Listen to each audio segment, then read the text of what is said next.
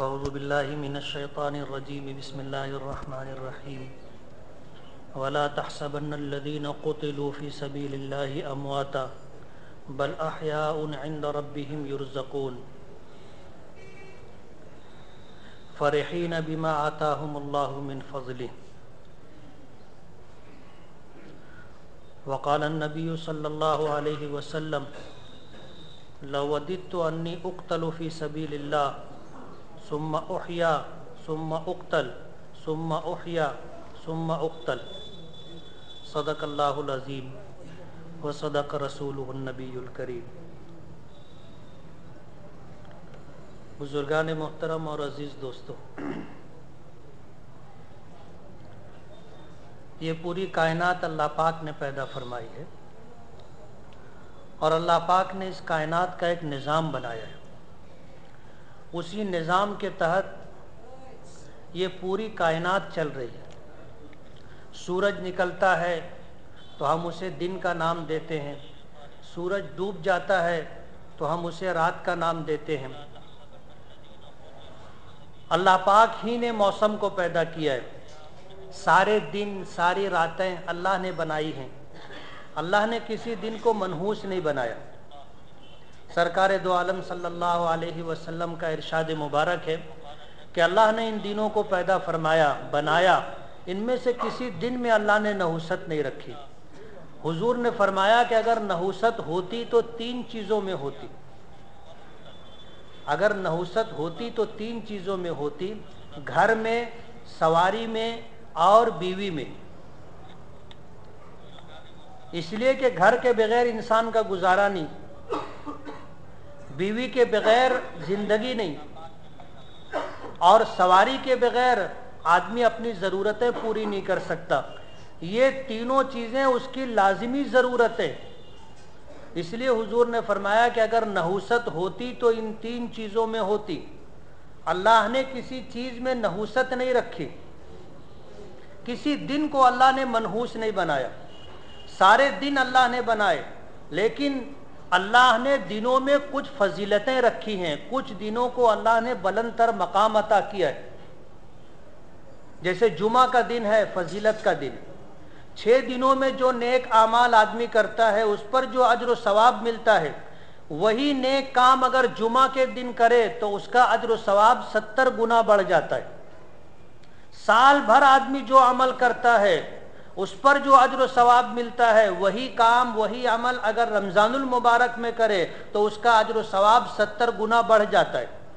کچھ مقامات کو اللہ پاک نے فضیلت عطا کی ہے، جیسے مسجد حرام ہے کہ کوئی شخص اگر وہاں ایک نماز ادا کرے تو اسے 1,00,000 نمازیں ادا کرنے کا ثواب ملے گا۔ علماء کی ایک جماعت کہتی ہے کہ حدود حرم میں کوئی ایک نیکی کی جائے تو اس ایک نیکی پر اللہ پاک 1,00,000 نیکیوں کا ثواب عطا کرتے ہیں۔ ایک روزہ رکھے تو 1,00,000 روزوں کا ثواب، ایک قرآن پاک ختم کرے تو 1,00,000 قرآن پاک ختم کرنے کا ثواب، 1 روپیہ صدقہ دے تو 1,00,000 روپیہ صدقہ کرنے کا ثواب، ایک قربانی دے تو 1,00,000 قربانیوں کا ثواب۔ مقام کو اللہ نے فضیلت دی، مسجد نبوی کو فضیلت دی۔ ایک روایت میں آئے کہ مسجد نبوی کی ایک نماز 50,000 نمازوں کے برابر، مسجد اقصیٰ کی ایک نماز 25,000 نمازوں کے برابر، مسجد قباء کی نماز 1,000 نمازوں کے برابر۔ تو اللہ نے کچھ مقامات کو بھی فضیلت دی ہے۔ اسی طرح اللہ پاک نے انسانوں میں بھی کچھ لوگوں کو فضیلتیں عطا کی ہیں، جیسے حضرات انبیاء کرام علیہم الصلاۃ ہیں، اللہ پاک نے انہیں سب سے بلند تر مقام عطا کیا ہے۔ انبیاء کی برابری دنیا کا کوئی شخص، بلکہ پوری دنیا مل کر کے اگر عبادت کر کے، ریاضت، مجاہدہ اور جد و جہد کر کے کسی نبی کے مقام تک پہنچنا چاہے تو نہیں پہنچ سکتے۔ یہ مقام کسبی نہیں ہے۔ کسبی کا مطلب یہ ہے کہ آدمی جد و جہد، ریاضت اور مجاہدے سے کسی چیز کو حاصل کرنا چاہے اور وہ چیز مل جائے تو اسے کسبی کہتے ہیں، یعنی کما کر کے، محنت کر کے آدمی اس مقام کو پائے۔ تو نبوت کا مقام یہ وہابی مقام ہے، یعنی اللہ جسے چاہتا ہے اسے نبی بناتا ہے، اللہ جسے چاہتا ہے اسے نبی بناتا ہے۔ کوئی اگر خود سے نبی بننا چاہے تو نہیں بن سکتا۔ اللہ پاک نے انسانوں میں بھی لوگوں کو مقام عطا کیا ہے۔ موت ہر مخلوق کو آتی ہے، انسان کو موت آتی ہے، جانوروں کو موت آتی ہے، اللہ نے جتنی مخلوق پیدا کی ہے ان تمام مخلوقات پر فنا طاری ہوتی ہے، اور فنا کا طاری ہونا ہی مقام ہے، اسی کو موت کہا جاتا ہے۔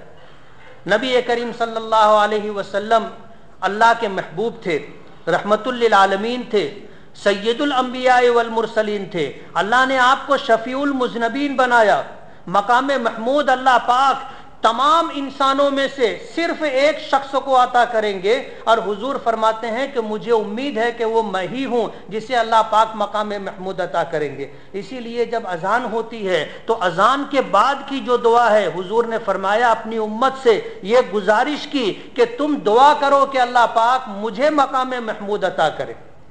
ہمیں 100% یقین کہ مقام محمود کے حقدار آپ ہی ہیں، اور مقام محمود اللہ پاک آپ ہی کو عطا کریں گے، لیکن حضور نے اپنی امت سے یہ گزارش کی کہ اذان ہو تو اذان کے بعد درود شریف پڑھ کر کے یہ دعا کیا کرو، اس میں ہے آتی محمدن الوسیلۃ والفضیلۃ اللہم ابعثہ مقاما محمودا، کہ اللہ پاک آپ کو مقام محمود تک پہنچائے۔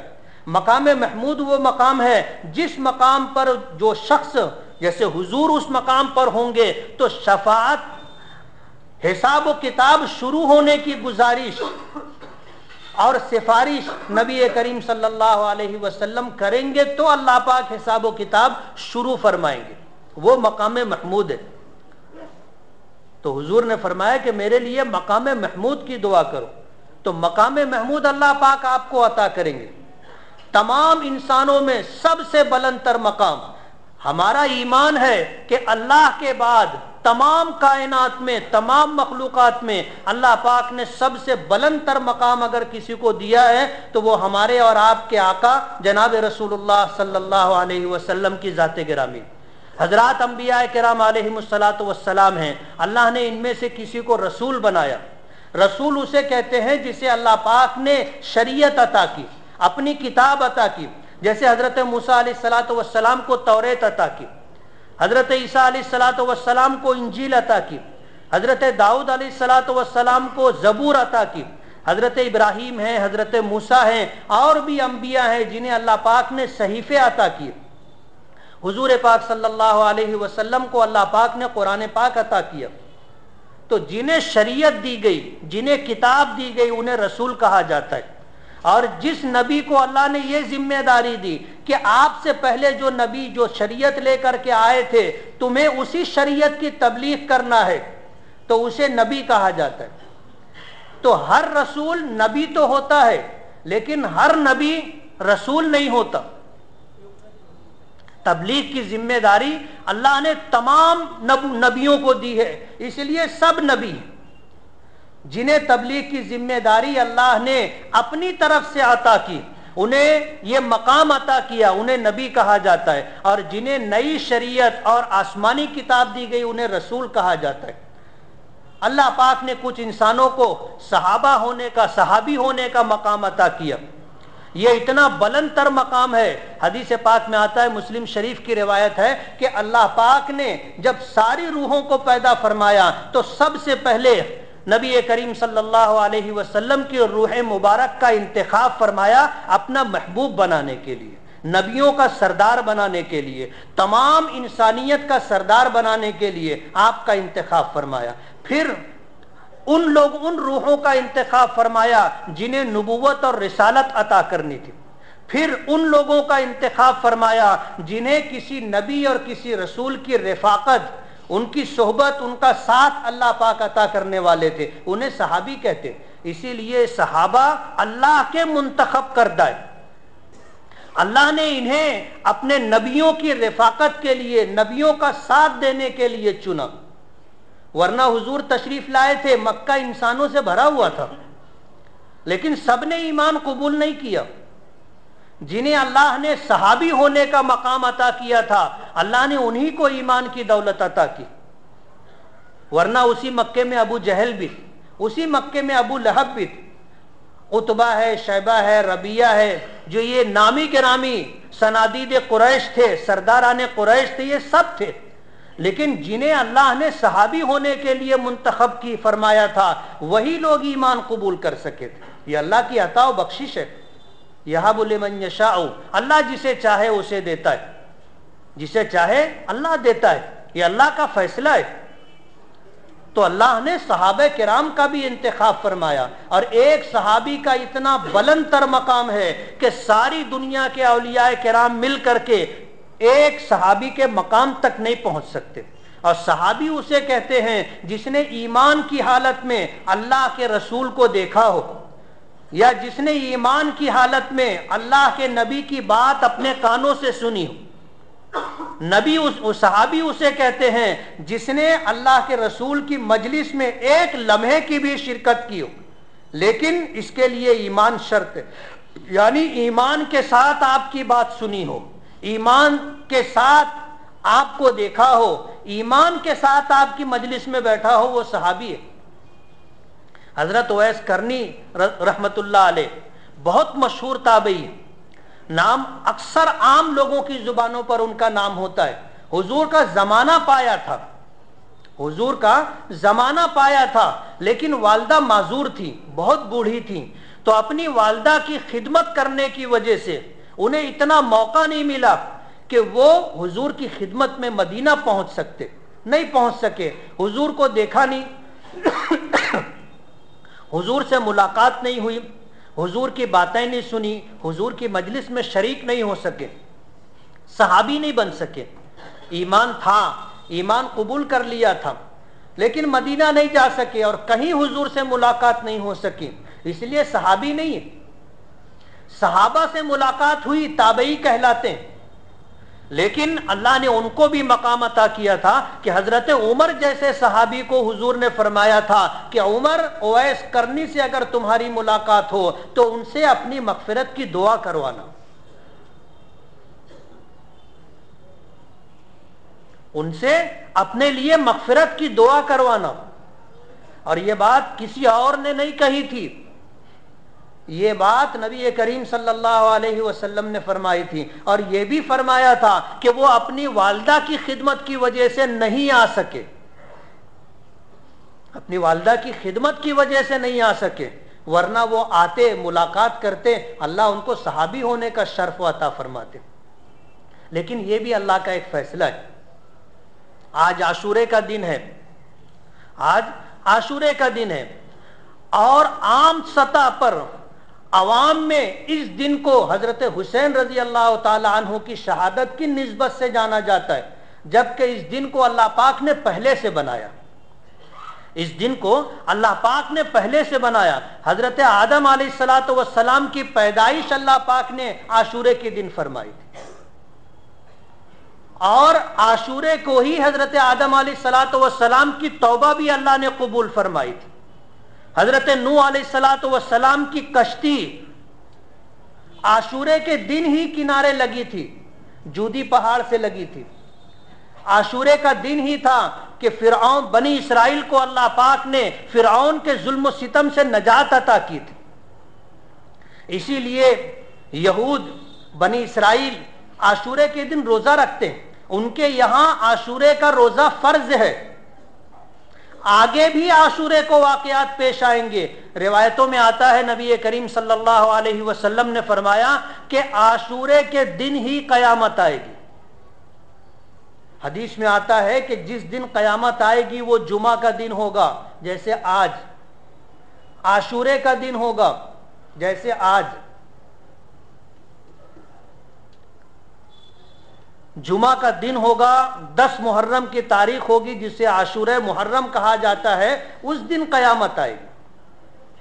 تو تاریخ میں ایسے اہم بڑے بڑے واقعات عاشورے کو پیش آئے، اور اسی عاشورے کو حضرت حسین رضی اللہ تعالی عنہ کی شہادت کا المناک واقعہ بھی پیش آیا۔ حضرت حسین رضی اللہ تعالی عنہ کی شہادت مظلومانہ شہادت ہے، ایک طرف پوری فوج اور ایک طرف 70 نہتے لوگ، جس میں عورتیں بھی ہیں، جس میں بچے بھی ہیں۔ چند ہی ایسے تھے جنہیں ایسا کہا جا سکتا ہے کہ یہ جنگ میں لڑ سکتے، ورنہ گھر کے لوگ تھے، یہ 70-72 لوگوں کی مظلومانہ شہادت کا دن. لیکن بڑی عجیب بات ہے، بڑی عجیب بات ہے، یہ اللہ کا فیصلہ تھا، یہ اللہ کا فیصلہ تھا. تاریخ اگر اٹھا کر کے دیکھو گے تو آپ کو یہ ساری تفصیلات ملیں گی کہ حضرت حسین رضی اللہ تعالی عنہ جس وقت مدینہ منورہ سے نکلے تھے، حضرت عبداللہ ابن عباس ہیں، اسی حضرت عبداللہ ابن عمر ہیں، بڑے بڑے اجلہ صحابہ کرام آپ کو روک رہے تھے کہ کوفہ مت جاؤ، کوفے کے ہی لوگوں نے تمہارے والد حضرت علی کو شہید کیا ہے، ان پر اعتماد اور بھروسہ نہیں کیا جا سکتا. سارے حالات بتائے اور حضرت حسین رضی اللہ تعالی عنہ کو کوفہ جانے سے روکنے کی ہر ممکن کوشش کی. لیکن کہتے ہیں نا واللہ غالب علی امرہ، اللہ کا فیصلہ ہر حال میں غالب ہو کر کے رہتا ہے. حضرت یوسف علیہ السلام کے بھائیوں کا ارادہ کچھ اور تھا، لیکن اللہ کی مشیت کچھ اور تھی، اور اللہ کی مشیت غالب آئی. بھائیوں نے تو حضرت یوسف کو قتل کرنا چاہا تھا اور قتل کرنے کے ارادے سے کنویں میں ڈال بھی دیا تھا، لیکن اللہ کی مشیت تھی کہ اللہ پاک مصر کی سلطنت عطا کرنا چاہتے تھے، اللہ نے اسی کو ذریعہ بنایا. بظاہر سوچو کتنی یعنی تکلیف دہ صورتحال ہے کہ بھائیوں نے لے جا کر کے بہت دور دراز جنگل میں اور اندھے کنویں میں بھائی کو ڈال دیا تھا کہ یہ یہاں رہے گا، نہ کوئی آئے گا، نہ کوئی دیکھے گا، نہ کوئی سنے گا، نہ کوئی مدد کرے گا، یہ اکیلے کنویں میں رہے گا، مر جائے گا. ایک تو یہ ہوتا ہے کہ آدمی قتل کر دے، موت جلدی آ جائے، اور ایک موت وہ کہ آدمی بھوکا پیاسا تڑپتا ہوا موت کا انتظار کرے اور پھر موت آئے. بھائیوں کا ارادہ تو یہ تھا، کنویں میں ڈال دیا تھا، لیکن اللہ کی مشیت کچھ اور تھی. مصر کی سلطنت اللہ عطا کرنا چاہتے تھے، لیکن راستہ سبب اللہ نے یہی بنایا. تاریخ اٹھا کر کے دیکھو گے عجیب عجیب واقعات. نبی کریم صلی اللہ علیہ وسلم کو قتل کرنے کے ارادے سے آپ کے دولت قدے کو لوگوں نے گھیرا تھا. ان کے ارادے کچھ اور تھے اور اللہ کی مشیت کچھ اور تھی. ان کے درمیان سے حضور نکلے، ہجرت کر کے مدینہ منورہ پہنچے. اللہ نے مدینہ منورہ میں استحکام عطا کیا، اسلام کی نشر و اشاعت کا موقع اللہ نے دیا، اور پوری دنیا میں اسلام مدینہ منورہ سے پھیلا. واللہ غالب علی امرہ، اللہ کا فیصلہ غالب ہو کر کے رہتا ہے. یہ اللہ کا فیصلہ تھا. آپ دیکھو گے تاریخ انسانی کا یا تاریخ عالم کا کوئی صفحہ آپ کو ایسا نہیں ملے گا جس پہ شہیدوں کے خون کے چھینٹے آپ کو نہ ملے. صرف عاشورہ ہی نہیں، نبی کریم صلی اللہ علیہ وسلم کی 23 سالہ زندگی اور اس کے بعد کے ادوار خلفائے راشدین کے، پھر خلفائے بنو عباس، خلفائے بنو امیہ کے، اسلامی دور حکومت کے آپ حالات اٹھا کر کے دیکھیں، تاریخ پڑھیں، کوئی دن آپ کو ایسا نہیں ملے گا جس میں شہادت کا واقعہ نہ پیش آیا ہو. بلکہ اسلام تو قربانیوں سے پہلا ہے. 18 ذی الحجہ کو حضرت عثمان غنی رضی اللہ تعالی عنہ کی شہادت کا واقعہ، اور وہ بھی بڑا مظلومانہ واقعہ ہے کہ مسلمانوں کے امیر تھے، ان کو اپنے گھر میں قرآن پاک کی تلاوت کرتے ہوئے شہید کر دیا گیا. جس کنویں کو خرید کر کے انہوں نے مسلمانوں کے لیے وقف کیا تھا، حضور نے فرمایا تھا کہ بیر روما کو جو خریدے گا اور مسلمانوں کے لیے وقف کر دے گا کہ اس کا بھی اس پر اتنا ہی حق ہوگا جتنا ایک عام انسان کا حق ہوتا ہے، تو میں اس کو جنت کی ضمانت دیتا ہوں. 40,000 درہم میں اس کنویں کو خرید کر کے اسے وقف کیا تھا، اور اسی کنویں سے اہل مدینہ پانی پیتے تھے. حضرت عثمان غنی رضی اللہ تعالی عنہ پر باغیوں نے اس کنویں کا پانی بند کر دیا تھا.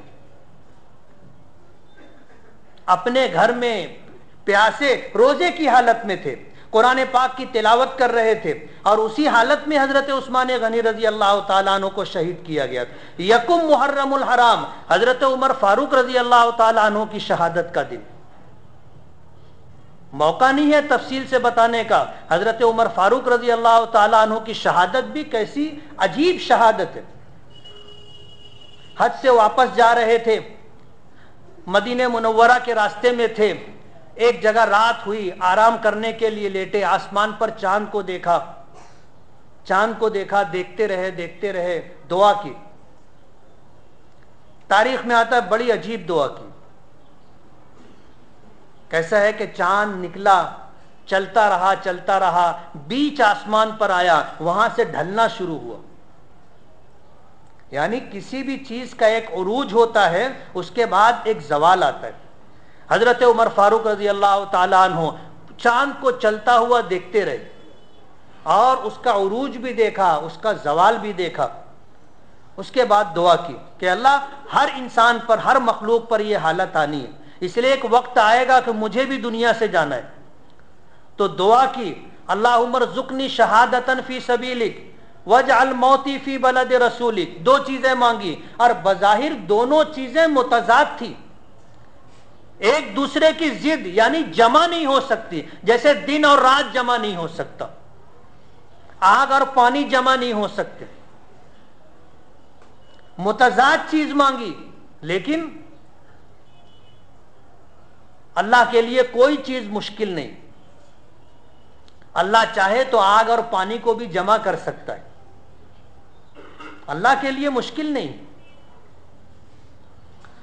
دعا مانگی کہ مجھے اپنے راستے کی شہادت عطا فرما، اور اپنے نبی کے شہر میں دفن ہونا نصیب فرما. ان دنوں میں جب شہادت کیسی ہوتی تھی، جہاد کے لیے نکلتے تھے، دور دور دراز مقامات پر پہنچتے تھے، اللہ کے دشمنوں سے، اللہ کی رضا کے لیے، اللہ کے دین کی سربلندی کے لیے، اللہ کے دین کی حفاظت کے لیے لڑتے تھے، اور اللہ کے راستے میں جان دیتے تھے، اور جہاں جان جاتی تھی وہاں دفن کر دیا جاتا تھا. جہاں جان جاتی تھی، جہاں شہید ہوتے تھے، وہیں دفن کر دیا جاتا تھا. جنت البقیع نہیں لاتے تھے کہ چلو جنت البقیع لے جا کر کے دفن کریں گے. جہاں شہادت ہوتی تھی وہاں دفن کر دیتے تھے. مدینہ منورہ اسلامی دارالسلطنت تھا، وہاں شہادت کا تصور نہیں کیا جا سکتا تھا کہ یہاں شہادت ملے گی.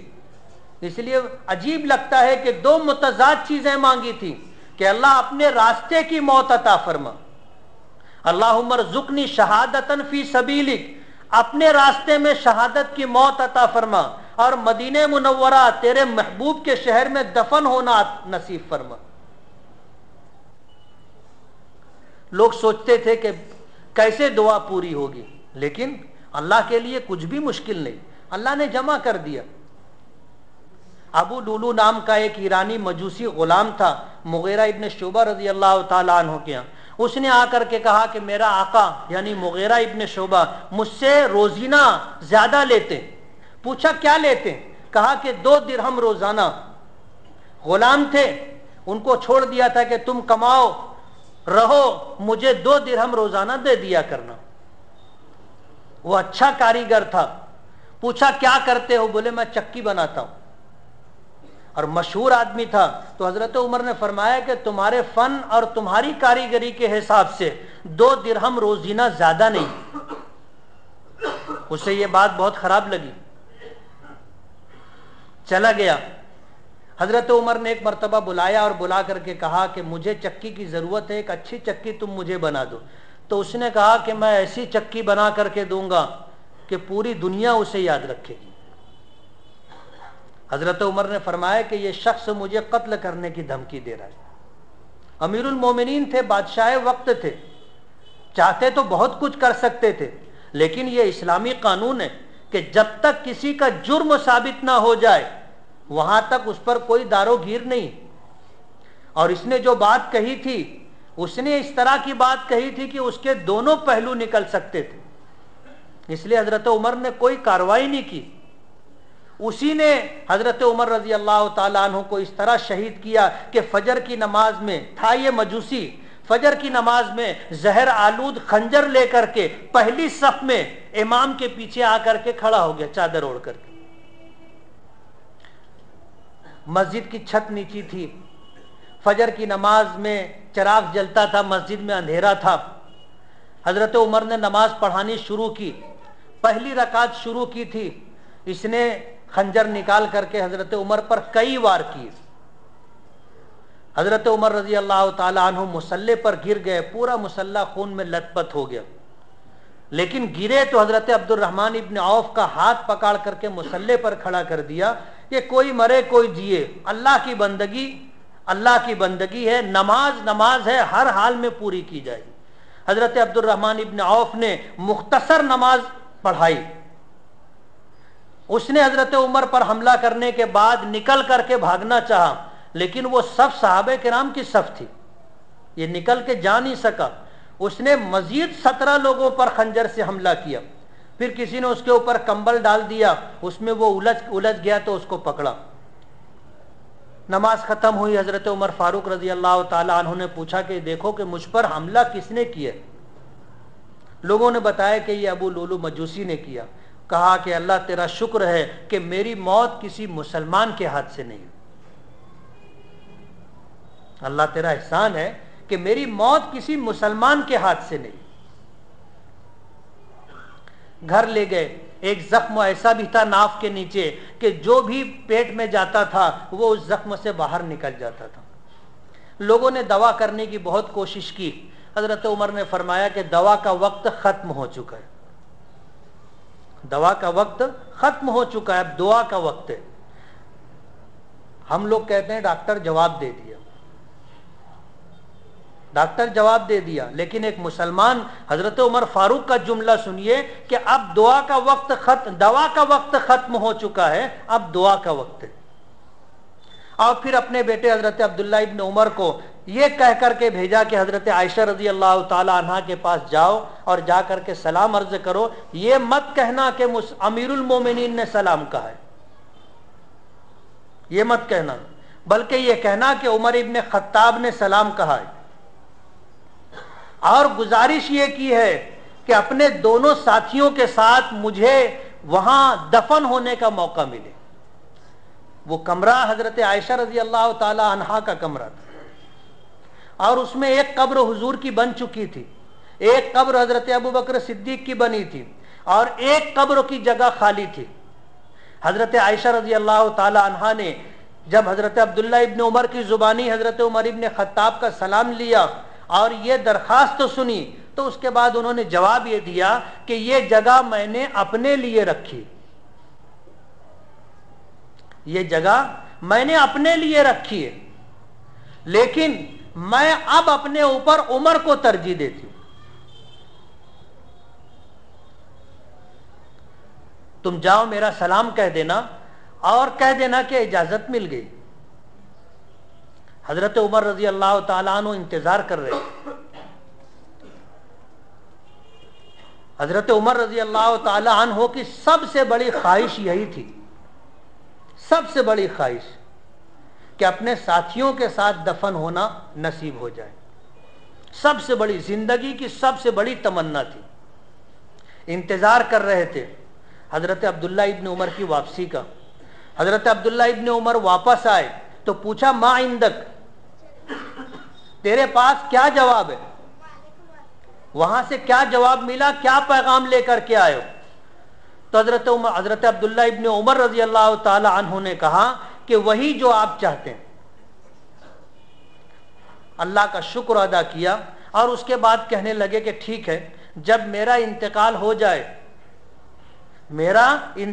ہو جائے اور میرا جنازہ تیار ہو جائے تو جنازہ لے کر کے جب چلو تو وہاں جا کر کے حجرے کے باہر جنازہ رکھ دینا, اور حضرت عائشہ رضی اللہ تعالی عنہا سے دوبارہ اجازت طلب کرنا. یہ پیچھے جو اجازت تھی یہ تھی, ہو سکتا ہے زندگی میں میرا خیال کر کے انہوں نے اتنی بڑی فضیلت کی جگہ اور اتنے بڑے فضیلت کا مقام مجھے دے دیا ہو, لیکن میرے انتقال کے بعد دوبارہ ان سے اجازت لینا، اگر اجازت دیں گے تو دفن کرنا، نہیں تو مسلمانوں کے عام قبرستان جنت البقیع میں میری تدفین کر دینا۔ تو ایسا ہی کیا، جنازہ لے کے چلے، حجرہ مبارکہ کے باہر جنازہ زمین پر رکھ دیا۔ حضرت عائشہ رضی اللہ تعالی عنہا سے دوبارہ اجازت مانگی، حضرت عائشہ رضی اللہ تعالی عنہا نے اجازت دی، تو پھر اس میں حضرت عمر رضی اللہ تعالی عنہ کی تدفین۔ کہتے ہیں نا کہ پہنچی وہیں پہ خاک جہاں کا خمیر تھا۔ جس جگہ کی مٹی سے آدمی بنایا جاتا ہے اسی جگہ پر اس کی تدفین بھی ہوتی۔ آدمی پیدا کہاں ہوتا ہے، انتقال کہاں ہوتا ہے، تدفین کہاں ہوتی ہے، یہ ایک نظام ہے قدرت کا، لیکن جہاں کی مٹی سے انسان کا خمیر اٹھتا ہے، وجود اللہ پاک عطا کرتے ہیں، اسی جگہ اس کی تدفین بھی ہوتی ہے۔ گویا یہی وہ جگہ تھی یہی وہ جگہ تھی جس جگہ کی مٹی سے اللہ پاک نے اپنے محبوب نبی کو بنایا تھا، جس جگہ کی مٹی سے حضرت ابو بکر کا وجود تھا، جس جگہ کی مٹی سے اللہ پاک نے حضرت عمر کو وجود عطا کیا تھا، اسی جگہ کی مٹی سے تینوں کو اللہ پاک نے وجود عطا کیا تھا۔ یہ فضیلت، ذالک فضل اللہ یؤتیہ من یشاء، اللہ جسے چاہتا ہے اپنے فضل سے عطا کرتا ہے۔ تمام دنیا کے علماء کا اس بات پر اتفاق ہے کہ پوری دنیا میں سب سے زیادہ مقدس جگہ، کعبے سے بھی زیادہ افضل جگہ زمین کا وہ ٹکڑا ہے جس ٹکڑے میں نبی کریم صلی اللہ علیہ وسلم حضرت ابو بکر، حضرت عمر امانتاً رکھے ہوئے۔ کعبے کی فضیلت اپنی جگہ، اس طرف رخ کر کے نماز پڑھی جاتی ہے، اور زمین کا سب سے مرکزی حصہ، زمین وہیں سے وجود میں آئی، اور اللہ کی 100 رحمتیں روزانہ وہاں اترتی، 120 رحمتیں روزانہ اترتی ہیں، لیکن اس جگہ کو اللہ پاک نے یہ فضیلت عطا کی۔ حضور کا وہ واقعہ، جب آپ ہجرت کے ارادے سے نکلے اور مکہ مکرمہ کے باہر پہنچے تو کہنے لگے تھے کہ دعا کی کہ اللہ، مکہ مکرمہ مجھے بہت عزیز ہے، میں اسے چھوڑنا نہیں چاہتا، لیکن یہاں کے رہنے والے مجھے رہنے نہیں دیتے۔ اب مکہ مکرمہ چھوڑ کر کے میں نکلا ہوں، تو میرے لیے اس جگہ رہنا مقدر فرما جو جگہ آپ کو سب سے زیادہ محبوب ہو۔ اللہ نے مدینہ منورہ میں رہنا مقدر فرمایا، اور ہمارا ایمان ہے حضور کی دعا رائے گاں اور بیکار نہیں ہے، جتنی صداقت اس میں ہے دنیا میں کسی کی بات میں نہیں، اس لیے اس جگہ کو اللہ نے یہ فضیلت عطا کی۔ تو اسلام کی تاریخ کا کوئی صفحہ آپ کو ایسا نہیں ملے گا جس میں شہیدوں کا خون آپ کو نہ ملے۔ شہادت اسلامی مہینے کی شروعات یکم محرم الحرام کو حضرت عمر فاروق رضی اللہ تعالیٰ عنہ کی شہادت ہوئی، اور عاشورہ حضرت حسین رضی اللہ تعالیٰ عنہ کی شہادت کا دن، لیکن اس دن کو اللہ پاک نے پہلے سے بنایا، اور یہ المناک دردناک واقعہ بھی اسی دن پیش آیا، لیکن یہ اللہ کا فیصلہ تھا۔ حضرت حسین رضی اللہ تعالیٰ عنہ جب مدینہ منورہ سے نکلے تو اپنے جس قاصد کو انہوں نے کوفہ بھیجا تھا، راستے میں ان کی شہادت کی خبر آئی، مسلم ابن عقیل کی شہادت کی خبر آئی۔ لوگوں نے کہا کہ اب یہیں سے واپس ہو جائیں۔ حضرت حسین رضی اللہ تعالیٰ عنہ پھر انہوں نے اپنا فیصلہ بدلا نہیں، اور کوفہ کی طرف چلتے رہے اور کربلا کے میدان میں پہنچے۔ جن لوگوں نے آپ کو 12,000 خطوط لکھ کر کے بلایا تھا، سب سے پہلے بے وفائی انہوں نے کی، کوئی آیا نہیں، کوئی ساتھ دینے کے لیے کھڑا نہیں ہوا۔ دوسرا کردار عبید اللہ ابن زیاد کا، جس کو یزید نے کوفے کا گورنر بنا کر کے بھیجا تھا، اس نے حضرت حسین رضی اللہ تعالی عنہ کا گھیراؤ کیا۔ حضرت حسین رضی اللہ تعالی عنہ نے 3 باتیں رکھی تھی کہ میں آیا نہیں ہوں، مجھے بلایا گیا ہے، اور یہ خطوط ہے کوفہ والوں کے، اور میں کوئی برے ارادے سے نہیں آیا۔ اگر میرا آنا تمہیں پسند نہیں ہے تو 3 باتوں میں سے ایک بات اختیار کر لو، یا تو مجھے واپس مدینہ جانے دو، میں یہیں سے واپس چلا جاتا ہوں، یا تو مجھے یزید کے دربار میں جانے دو، یزید سے میں بات کر لوں گا، یا تو پھر مجھے کسی اسلامی سلطنت کی سرحد پر چلے جانے دو، نہ میں مدینہ جاتا، نہ کوفہ رہتا، نہ یزید کے دربار میں نکل کر کے اسلام کی سرحد پر جا کر کے اسلام کی حفاظت کے لیے زندگی گزار دوں گا۔ لیکن عبید اللہ ابن زیاد نے ان تینوں میں سے کوئی بات قبول نہیں کی، اور اللہ کا جو فیصلہ تھا، حضرت حسین رضی اللہ تعالی عنہ اور اہل بیت کی شہادت کا واقعہ، وہ کربلا کے میدان میں پیش آیا۔ تو اسلامی تاریخ کے آپ دیکھو گے شہیدوں کی قطار ہے۔ حضرت حمزہ رضی اللہ تعالیٰ عنہ کی شہادت بھی کم دردناک نہیں ہے۔ حضرت حمزہ کی شہادت اس طرح کی تھی کہ خود حضور نے فرمایا کہ یہ سید الشہداء ہے، تمام شہیدوں کے سردار۔ حضور نے فرمایا، کسی عالم نے، کسی فقیہ نے، کسی محدث نے، کسی مفسر نے، کسی مورخ نے نہیں، خود نبی کریم صلی اللہ علیہ وسلم نے حضرت حمزہ کی شہادت دیکھی، ان کی حالت دیکھی، تو اس پر انہوں نے فرمایا تھا کہ یہ سید الشہداء ہے۔ اسی لیے خطبے میں لوگ پڑھتے ہیں سید الشہداء حمزہ، حضور کے الفاظ ہیں۔ شہیدوں کے سردار کا خطاب حضرت حمزہ کو نبی کریم صلی اللہ علیہ وسلم نے دیا، اور میدان احد میں ان کی شہادت کا واقعہ پیش آیا تھا، وہ بھی بہت تفصیلی واقعہ ہے۔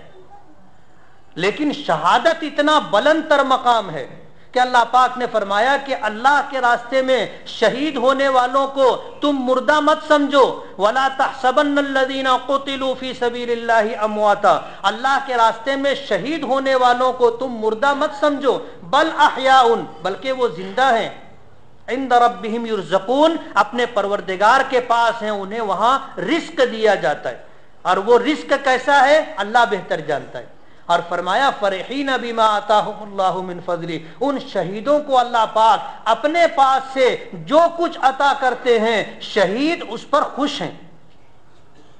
فرحین بما آتاہم اللہ، خوش ہے اللہ کی عطا و بخشش پر۔ شہادت کا مقام اتنا بلند تر مقام ہے کہ حضور نے فرمایا، بخاری شریف کی روایت ہے، لَوَدِدْتُ أَنِّي أُقْتَلُ فِي سَبِيلِ اللَّهِ، میری یہ تمنا ہے، میری یہ خواہش ہے کہ میں اللہ کے راستے میں شہید کیا جاؤں۔ ثم احیا، پھر اللہ مجھے زندہ کرے، ثم اقتل، پھر شہید کیا جاؤں، ثم احیا، پھر اللہ مجھے زندگی عطا کرے، ثم اقتل، پھر شہید کیا جاؤں، یعنی بار بار شہید کیا جاؤں۔ اور وجہ یہ ہے کہ جنت میں جانے کے بعد کسی جنتی کی جنت سے نکل کر کے دنیا میں واپس آنے کی تمنا نہیں ہوگی۔ کوئی آئے گا؟ جنت میں جانا تو مقصود ہے، جب وہاں پہنچ گئے تو پھر وہاں سے نکل کر کے آنا، لیکن شہید جب جنت میں جائے گا اور اس کی شہادت کی وجہ سے اللہ پاک جو بلند تر مقام اور جنتیوں کے مقابلے میں اسے عطا کرے گا، اس بلند تر مقام کو دیکھ کر کے، اللہ کی عطا و بخشش کو دیکھ کر کے شہید یہ تمنا کرے گا، اللہ سے گزارش کرے گا کہ اللہ پھر دنیا میں بھیج دے، پھر واپس دنیا میں بھیج دے، تیری رضا کے لیے، تیرے دین کی سربلندی کے لیے، تیرے دین کی حفاظت کے لیے، تیرے راستے میں لڑتا ہوا پھر شہید ہو کر کے آؤں گا۔ شہید تمنا کرے گا، اس لیے حضور نے فرمایا کہ اللہ کے راستے میں شہید کیا جاؤں، زندہ کیا جاؤں، پھر شہید کیا جاؤں، پھر زندہ کیا جاؤں، پھر شہید کیا جاؤں، بار بار شہید ہونے کی تمنا۔ لیکن ظاہر بات ہے شہادت کا مقام، شہید ہونا ہمارے اختیار کی بات نہیں ہے۔ خالد ابن ولید رضی اللہ تعالیٰ عنہ 100 سے زائد جنگوں میں شریک ہوئے اور صرف شہادت کے لیے جاتے تھے، صرف شہادت کے لیے جاتے تھے، اور اس طرح لڑتے تھے، دشمنوں میں اس طرح گھس جاتے تھے کہ شہید ہو جائے، لیکن شہادت مقدر نہیں تھی۔ تاریخ میں آتا ہے کہ دشمنوں کے درمیان ادھر سے گھستے تھے، ادھر پیچھے نکل جاتے تھے، اور ادھر سے گھستے تھے تو ادھر نکل آتے تھے، لیکن میدان جنگ میں موت نہیں آئی۔ بستر پر جس وقت ان کا انتقال ہو رہا تھا تو انہوں نے بتایا، دیکھنے والوں نے دیکھا، غسل دینے والوں نے دیکھا کہ جسم کا کوئی حصہ ایسا نہیں تھا جہاں تیر تلوار کا نشان نہ ہو، پورے جسم پر تیر تلوار نیزوں کے نشانات تھے، لیکن میدان جہاد میں موت نہیں آئی۔ کہنے لگے کہ شہادت کی تلاش میں میں نے 100 سے زائد غزوات میں شرکت کی، لیکن آج ایک بوڑھی عورت کی طرح میں بستر پر مر رہا ہوں۔ تو اللہ جسے چاہتا ہے شہادت کا مقام عطا کرتا ہے۔ یہ بندوں کے اختیار کی بات نہیں ہے۔ اگر اختیار کی بات ہوتی تو خالد ابن ولید نہ معلوم کبھی یہ مقام پا جاتے۔ بعض لوگوں نے کہا ہے کہ نبی کریم صلی اللہ علیہ وسلم نے انہیں سیف اللہ کا خطاب دیا تھا کہ اللہ کی تلوار، اور اللہ کی تلوار ٹوٹ نہیں سکتی تھی، شہید ہونا ٹوٹ جانا تھا، اس لیے اللہ نے شہادت کی موت عطا نہیں کی۔ غازی رہے، ساری زندگی غازی بن کر کے جیے کہ اللہ کے راستے میں جہاد کیا اور غنیمت کے ساتھ اجر کے ساتھ واپس آتے رہے۔ حضرت حسین رضی اللہ تعالیٰ عنہ کی شہادت بھی آج ہی کے دن ہوئی، عاشورہ کا دن۔ آج کے دن کے روزے کی فضیلت ہے، آج کے دن کے روزے کی فضیلت ہے۔ اہل یہود اس لیے روزہ رکھتے تھے، حضور نے پوچھا تم کیوں روزہ رکھتے ہو؟ کہنے لگے کہ بنی اسرائیل کو، یہود کو اللہ پاک نے فرعون کے ظلم و ستم سے آج کے دن نجات عطا کی تھی، حضرت موسیٰ کو اور آپ کے ساتھ جو لوگ تھے ان کو، اس لیے شکرانے میں ہم عاشورے کا روزہ رکھتے ہیں۔ تو حضور نے فرمایا کہ نحن احق بموسیٰ، کہ تمہارے مقابلے میں ہم لوگ موسیٰ کی اس شکر گزاری میں تم سے زیادہ حق رکھتے ہیں۔ آپ نے خود روزہ رکھا، لیکن پھر آپ نے یہ فرمایا کہ اگر اگلے سال میں زندہ رہا، اللہ نے مجھے بقید حیات رکھا، تو میں آئندہ 9-10 2 دن کا روزہ رکھوں گا تاکہ یہودیوں کی مخالفت ہو جائے۔ اچھے کاموں میں بھی ان کا ساتھ نہیں رہنا چاہیے، مشابہت نہیں رہنا چاہیے اچھے کاموں میں بھی۔ اس لیے حضور نے فرمایا کہ عاشورے کا روزہ وہ رکھتے ہیں، ہم بھی رکھیں۔ زندہ رہا تو آئندہ سال 2 روزہ رکھوں گا، عاشورے کا روزہ اور عاشورے کے ساتھ ایک روزہ اور، تاکہ فرق ہو جائے۔ روایتوں میں آتا ہے کہ عاشورے کے روزے کی فضیلت یہ ہے کہ اللہ پاک 1 سال کے گناہ معاف فرماتے ہیں، اور عرفہ کے روزے کی فضیلت یہ ہے کہ اللہ پاک 2 سال کے گناہ معاف فرماتے ہیں۔ میں نے حج پہ جانے سے پہلے یہ بات کہی تھی کہ اللہ پاک سب کو موقع دیتے ہیں، اس امت کو بھی اللہ نے موقع دیا، زندگی کم دی، اللہ نے مواقع خوب عطا کیے۔ 1 سال کا گناہ معاف کرانا ہو، عاشورے کا روزہ رکھ لے، یہ بھی موقع اللہ نے دیا۔ عرفہ کا روزہ رکھ لے، 2 سال کے روزے معاف۔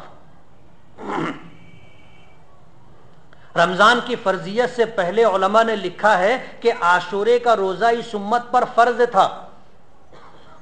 جب رمضان کی فرضیت آئی تو حضور نے فرمایا کہ اب اختیار ہے، جو عاشورے کا روزہ رکھنا چاہے رکھے، جو نہ رکھنا چاہے نہ رکھے۔ ان جیسے مواقع سے ہمیں فائدہ اٹھانا چاہیے، اور اسلام کے لیے جس طرح پیچھے ماضی میں صحابہ کرام، تابعین، اہل بیت، فقہا، محدثین اور مجاہدین، دین کے خدام اپنی قربانیاں دیتے رہے اللہ کی رضا کے لیے، اللہ کے دین کی رضا کے لیے، ہمیں بھی اللہ کے دین کی رضا کے لیے اپنے آپ کو راضی اور تیار رکھنا چاہیے۔ ایک حدیث میں آتا ہے کہ وہ شخص جو جہاد نہ کرے، یعنی اللہ کے راستے میں اللہ کی رضا کے لیے، اللہ کے دین کی حفاظت و صیانت، اللہ کے دین کی سربلندی کے لیے اللہ کے دشمنوں سے برسر پیکار نہ ہو، یا برسر پیکار ہونے کی تمنا نہ رکھتا ہو اور مر جائے تو نفاق پر اس کی موت ہوئی۔ اس لیے اسلام کے لیے قربانی دینے کا جذبہ ہم میں سے ہر ایک کے دل میں ہونا چاہیے، ہم میں سے ہر ایک کے دل۔ اللہ کا بہت بڑا کرم ہے ہمارے شہر پر، محرم کے نام سے، عاشورے کے نام سے جو خرافات، بدعات کبھی تھیں، آج اللہ کا بہت بڑا احسان ہے، ہمارے شہر کو اللہ نے آہستہ آہستہ ان ساری بدعات و خرافات سے ایک حد تک پاک کر دیا۔ تھوڑی بہت ہے، دعا فرمائیں اللہ اس سے بھی ہمارے شہر کو نجات عطا فرمائے۔ مالیگاؤں سے ہٹ کر کے اور شہروں میں جاؤ گے، آپ دیکھو گے محرم کے نام سے کیا کیا خرافات ہوتی، ایسے ایسے کام کیے جاتے ہیں کہ جس کا اسلام سے دور دور تک کوئی تعلق نہیں، اور ان تمام کاموں کو اسلام سمجھ کر کے کیا جاتا ہے کہ یہ اسلام ہے۔ اس لیے ہمیں یہ دعا کرنی چاہیے کہ اللہ، جیسے دعا کی تھی کسی نبی نے کہ ان صلاتی و نسکی و محیایا و مماتی للہ رب العالمین لا شریک لہ وبذالک امرت وانا اول المسلمین. اللہ پاک نے اپنے نبی سے فرمایا تھا کہ آپ کہہ دو، اپنے پیغمبر حضور پاک صلی اللہ علیہ وسلم سے فرمایا تھا کہ آپ کہہ دو کہ میری نماز، میری ساری عبادتیں، میرا جینا، میرا مرنا اللہ رب العالمین کے لیے. ہم جیے تو اللہ کے لیے، مرے تو اللہ کے لیے. ہر کام نماز ہو یا کوئی بھی چھوٹی بڑی عبادت ہو اللہ کے لیے کرنی چاہیے. عبادت اللہ کے علاوہ کسی اور کے لیے نہیں.